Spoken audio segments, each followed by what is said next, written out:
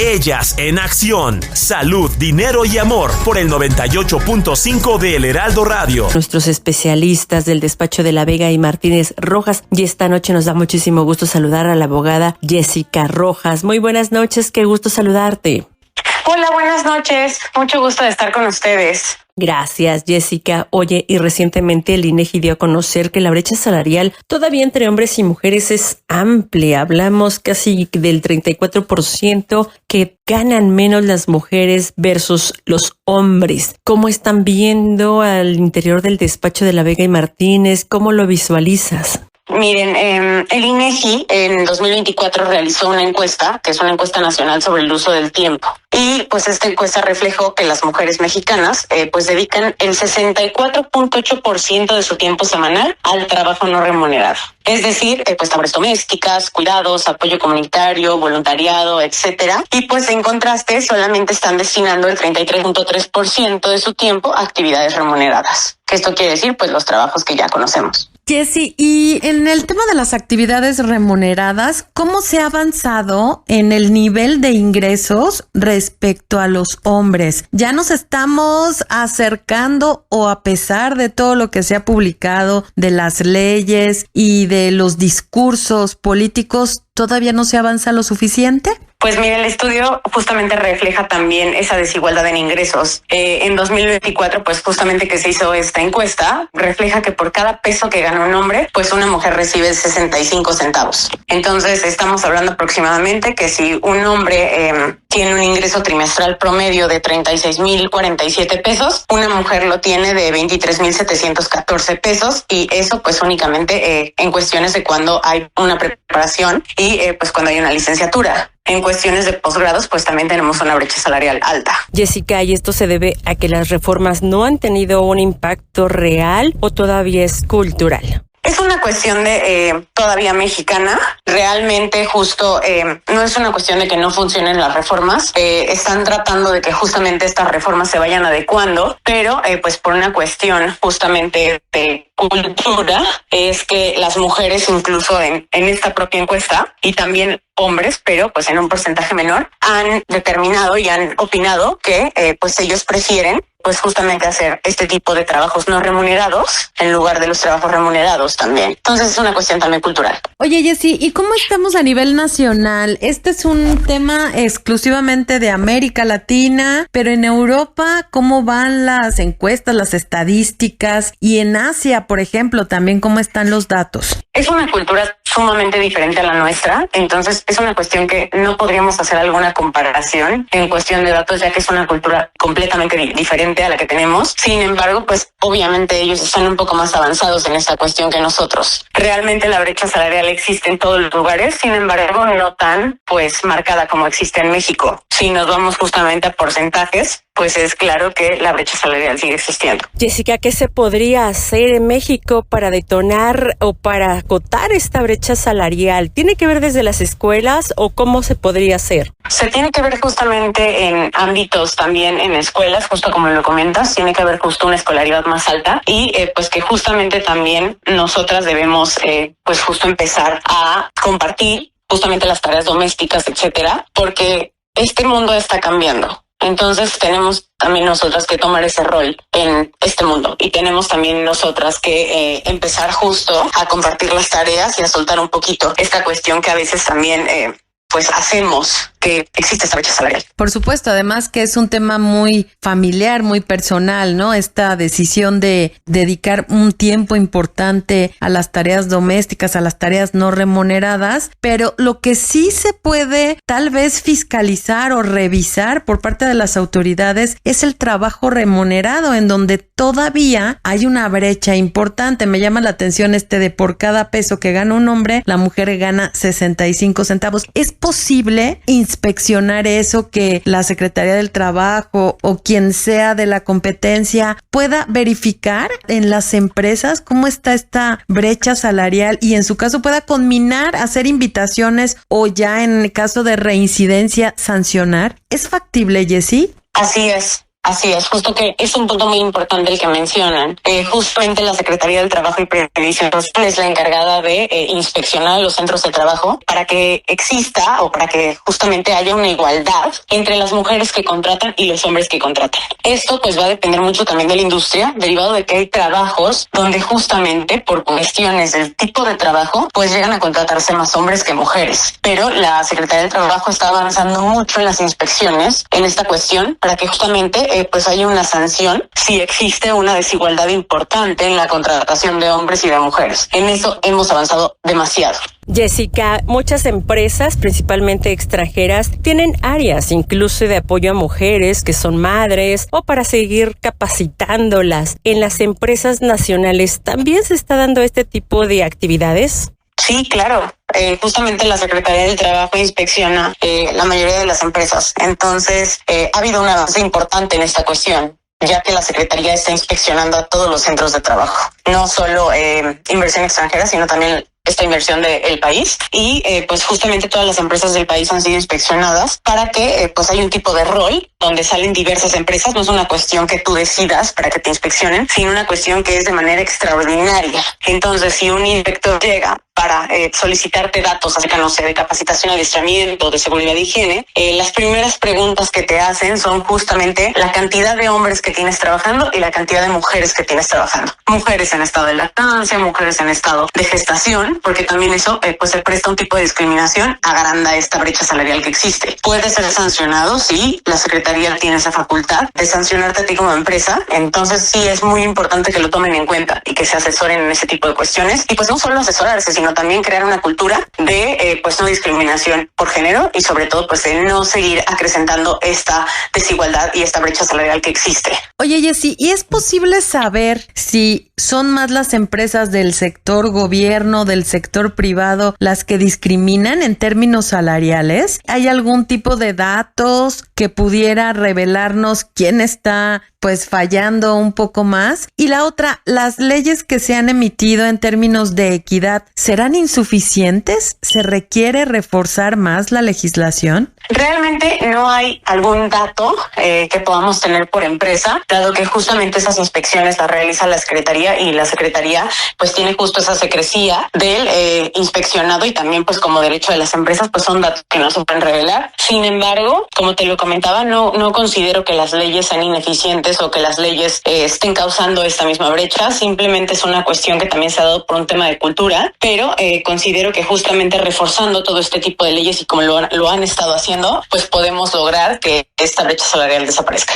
Jessica, si las empresas, independientemente del tamaño que ésta tenga, quisiera saber si está cumpliendo con esta equidad de género en cuanto a contratación de personal, ¿puede saberlo e incluso puede acercarse al despacho? Sí, claro, justamente hay normas oficiales mexicanas que se deben de cumplir y pues justamente esas normas son a consulta también de los trabajadores. Entonces, por supuesto que se puede saber si está en cumplimiento o no alguna empresa de esta cuestión. Y el despacho, Jessy, ¿cómo puede ayudarnos a resolver todos estos temas laborales? Si nos pudieras regalar tu número de contacto. Sí, claro que sí. El número es 55 41 63 21 00 y pues con mucho gusto estamos para atenderlos. Nosotros atendemos muchísimas consultas acerca de esta cuestión y pues por nuestra parte estamos tratando justo de asesorar a pues la mayoría de las empresas y también personas físicas que se encuentran empleando de la manera correcta y pues sobre todo que estén haciendo y siguiendo absolutamente todo lo que indican las leyes. Pues ya lo saben, por supuesto que el despacho de la Vega y Martínez Rojas sí puede atender temas de discriminación laboral. Muchísimas gracias a Jessica Rojas. Ella es asociada, por supuesto, reitero, de el despacho de la Vega y Martínez Rojas. Muchísimas gracias, Jessy. Vamos a seguir en contacto contigo para que nos vayas actualizando sobre este y otros temas. Gracias a ustedes. Al contrario, gracias nuevamente a ti. Bye, cuídense mucho. Gracias. Y quédese con nosotras aquí en el Heraldo Radio, Salud, Dinero y Amor. Y continuamos aquí en el Heraldo Radio y hablando de este tema del regreso a clases. Desafortunadamente esta es una de las épocas en donde hay más deudas y el uso de la tarjeta de crédito puede ser un problema en estas épocas, ¿cuáles serían las recomendaciones para llevar de la mejor manera nuestras finanzas? Para platicarnos de esto, ya nos acompaña en la línea Juan Luis Ordaz. Él es coordinador del Comité de Educación Financiera de la Asociación de Bancos de México, la ABM. Muy buenas noches, Juan Luis, qué gusto saludarte. ¿Qué tal, Romina? Muy buenas noches, qué gusto saludarte. Al contrario, Juan Luis, el gusto como siempre es nuestro. Y ahora sí, platícanos, Juan Luis, ¿cómo hacerle para manejar bien nuestras finanzas personales si es que nos endeudamos en esta época de vacaciones y sobre todo con este regreso a clases? Sí, bueno, en el caso específico de una tarjeta de crédito tiene unas ventajas que podemos aprovechar, que básicamente tiene dos, fecha de corte y fecha de pago. ¿Qué es la fecha de corte? La fecha de corte es el momento en el que, como en el restaurante, me traen mi factura, dicen esto se consumió usted, pero afortunadamente no me dicen páguelo ahora, me dan 20 días para poder pagar. Esto tiene una ventaja bastante buena, porque si yo compro un día después de esa fecha, la fecha de corte, puedo tener entonces hasta 50 días, dependiendo de los meses de los días que traiga el mes. Entonces puedo tener hasta 50 días para pagar, me puedo administrar adecuadamente. Si yo tengo, por ejemplo, si yo recibo pagos quincenales, pues puedo tener hasta 3 quincenas para poder liquidar todas mis compras en ese tiempo. Entonces, por eso sí es importante que conozcamos tanto la fecha de corte como nuestra fecha de pago. Y hay un monto que aparece generalmente que es el pago para no generar intereses. Entonces, de preferencia, hay que poder liquidarlo todo para de esta manera pues no pagar intereses. Me van a dar una opción que es el pago mínimo, es la más bajita entre todas, pero sí genera intereses. Juan Luis, muy buenas noches, te saluda Marilena Vega. Oye, ¿qué hacer? Una de las preguntas de nuestros amigos es ¿qué hacer si ya la tarjeta de crédito la han usado en más del 40% del crédito otorgante por la institución financiera? Muchas gracias, Marilena, qué gusto, buenas noches. Bueno, primero me puedo administrar de esta manera, como ya lo comentaba. Ahora si ya estoy como ahí metiéndome en problemillas, pues a lo mejor tener más precaución en el uso de la tarjeta, probablemente evitar retiros de efectivo, ya que ellos tienen intereses más altos y bueno, me van a cobrar por día. Entonces esta puede ser alguna de las opciones que puedo empezar a tomar, y pues ser cumplido también en cuestión de mis pagos, tratar de que no se me salgan de control, tratar de cumplir con estos montos mínimos. El pago mínimo me va a permitir tener mi historial en forma, digamos que no me van a marcar, no voy a tener ningún tema con mi historial crediticio, pero sí me va a generar pago de intereses. Entonces, si puedo abonarle más del mínimo, pues eso sería lo adecuado. Si puedo pagar completamente el pago para no generar intereses, pues es el mejor de los mundos. Juan Luis, si tendrías un cálculo, yo creo que esto podría ilustrar muy bien a las personas que nos escuchan. Si se compra algo y se va todo el tiempo en el pago mínimo, ¿cuánto terminan por pagar las personas? Es que va a depender mucho obviamente del monto de mi tasa de interés, va a depender del monto de la compra, pero si solamente pago el mínimo, pues pudiera llegar a ser varios meses, incluso años, y si yo me tardo en a pagar 3-4 veces lo que compramos, el monto de lo que compramos, Juan Luis. Pudiera ser incluso más, pero va a depender, como comento, obviamente de la tasa de interés que tenga el banco, va a depender pues de varios factores en ese sentido. Juan Luis, y si tienen 1 o 2 meses sin pagar la tarjeta de crédito, ¿pueden de todas formas acercarse a la institución financiera para reestructurar o cuál sería tu consejo? Bueno, sí, o sea, al final recuerden, al banco lo que le interesa pues es que primero no perderte como cliente y segundo que tú le pagues. Entonces, desde luego esa es una buena noticia porque van a estar abiertos a que tú puedas negociar con el banco, y va a haber diferentes opciones en las que podemos negociar. Primero lo podemos hacer nosotros directamente, no necesitamos pagarle a alguien para que haga esta función. Yo directamente me puedo acercar con el banco, le puedo decir, mira, estoy pasando por esta situación, ¿qué opciones tienen?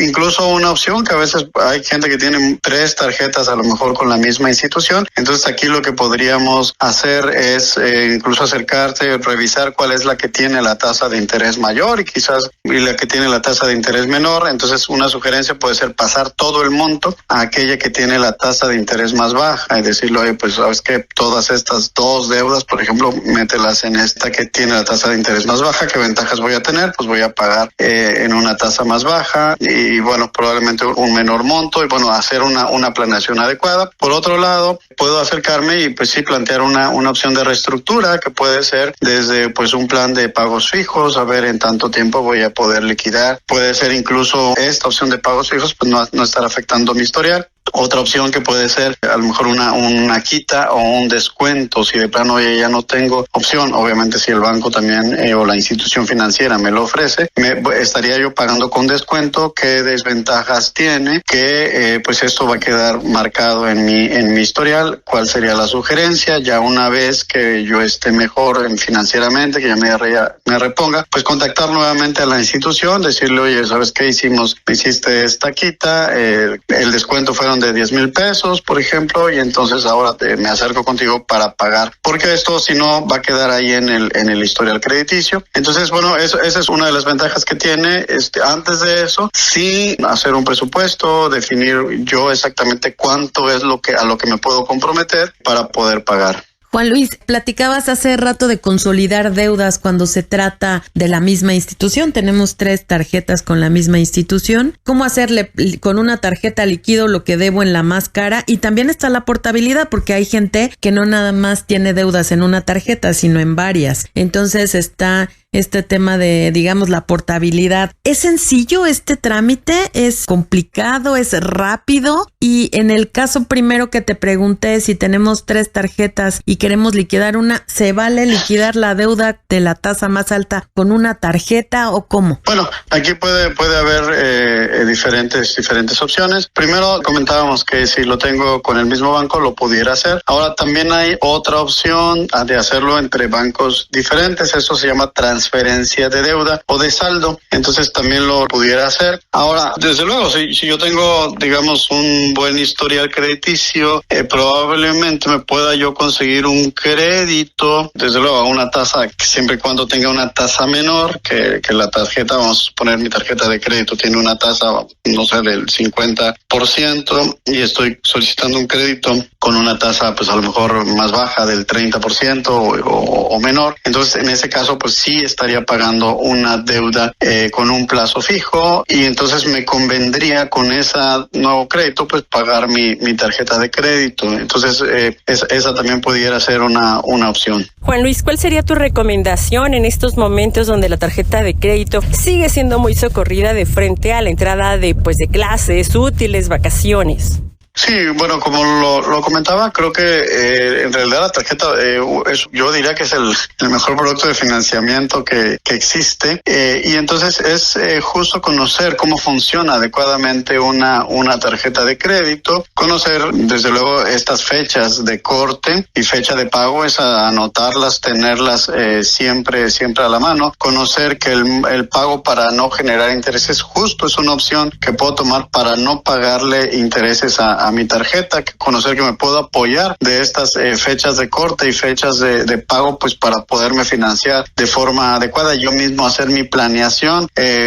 Aquí la sugerencia es si yo voy a comprar los útiles escolares, algún producto, no sé, alguna laptop, algún producto que voy a requerir, y entonces planearlo de manera adecuada, que yo pueda, por ejemplo, comprar un día después de mi fecha de corte. Eso me va a dar justo hasta 50 días, dependiendo de los días que traiga el mes, para poderlo liquidar, hacer mi plan de cómo lo voy a poder ir pagando, y entonces pues de esta manera incluso podría evitar el pago de intereses. O sea, si yo liquido completamente todo el monto antes de la fecha de pago, pues no estaría yo pagando un solo peso de interés. Entonces pues esta es una opción bastante buena. Como ven, puedo ocupar mi tarjeta de crédito de esa manera y puedo financiarme con estos hasta 50 días que me ofrece la tarjeta, y podría evitar completamente el pago de intereses. Entonces mi sugerencia en concreto pues sería conocer adecuadamente cómo funciona mi tarjeta de crédito, porque justo me puede dar beneficios que pueden ser bastante buenos.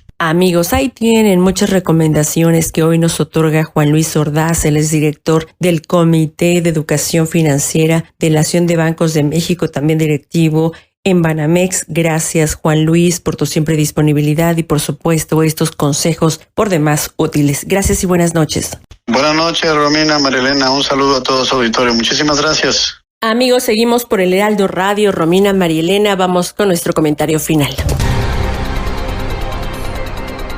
El comentario final en Salud. De salud, dinero y amor en este jueves 4 de septiembre, ya bien cerquita de las fiestas patrias, los chiles en mucho dinero. Por favor, no caigas en esas trampas, cuelga y reporta. Que pasen un extraordinario fin de semana, cuídense, habrá mucha lluvia y muchos baches. Y ahora sí, te paso el micrófono. Como siempre, querida amiga Marielena Vega, es un gusto hacer y compartir este programa contigo. Gracias, Romina. Igualmente, amiga, un gusto hacer este programa contigo, compartir este espacio. Y bueno, tienes toda la razón. Desafortunadamente, las estafas están a la orden del día. Además de esas que mencionas, también hay que tener muchísimo cuidado cuando dicen que tienen un sobrecargo de nuestras tarjetas, aun cuando coincide el banco. Es mejor no hacer caso y bloquear. Incluso ya hay la opción de reportar estos teléfonos. Hagamos lo propio, que es reportar, para que esto se siga acotando y que los amantes de lo ajeno pues tengan menos oportunidades para hacer lo propio, para hacer sus fechorías. Cuídese muchísimo, no solamente las finanzas, como bien lo decía Romina, las lluvias van a estar constantes y con ello los accidentes también lo hacen. Hemos visto accidentes bastante fuertes que bloquean las vialidades, pero sobre todo que ponen en jaque las finanzas de las personas, la salud. A checar verdaderamente si tenemos nuestra póliza de auto para saber que está todo en orden y podamos hacer frente a estas eventualidades. Cuídese muchísimo y antes de despedirnos, un nuevo abrazo a Armando Covarrubias, uno de nuestros colaboradores en redes sociales.